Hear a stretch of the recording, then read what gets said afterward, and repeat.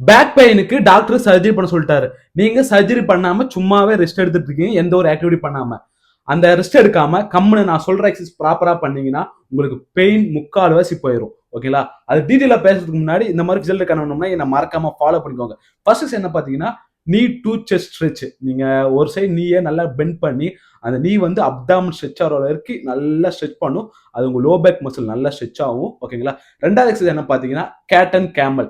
நீங்க குப்புறகு படுத்து குவாட்ரிபோட் பொசிஷன்ல நெக் எக்ஸ்டென்ஷன் பண்ணி நெக்ஸ்ட் நெக்கை ஃபிளெக்ஷன் பண்ணும்போது அங்க சிமெட்ரிக்கலா உங்களோட ட்ரங்க் மூவ்மெண்ட் கரெக்டா இருக்கணும். அது வந்து ஒரு நல்ல ட்ரங்க் மொபிலிட்டி எக்ஸசைஸ், ஒரு டீகம்ப்ரஷன் எக்ஸசைஸ் கூட. மூணாவது எக்ஸசைஸ் என்ன பாத்தீங்கன்னா உங்களோட pelvic bridging. Very effective exercise. சுப்பங்க படுத்திட்டு ஹிப்பை மேலையும் கீழே ஸ்லோவா ப்ராக்ரஸா ப்ராப்பரா பண்ணணும். நீங்க நல்ல ஹிப் த்ரஸ்ட் பண்ணும் அதுல. ஓகேங்களா?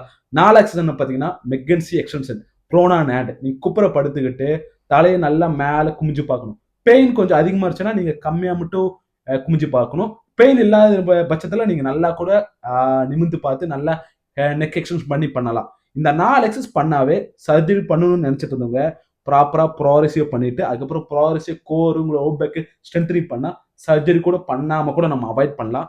பேக் பெயின் பேஷண்ட்டுக்கு ஒரு ப்ராப்பரா பேசிக்ஸ் ப்ரோட்டோகால் வேணும்னா பேக் பெயின் கமெண்ட் பண்ணுங்க. நான் உங்களுக்கு டிஎம் பண்ற எக்ஸசைஸ் ப்ரோட்டோகால். மறக்காம இந்த ரீல உங்க ஃப்ரெண்ட்ஸ் ஃபேமிலிக்கு ஷேர் பண்ணுங்க. ரொம்ப நன்றி.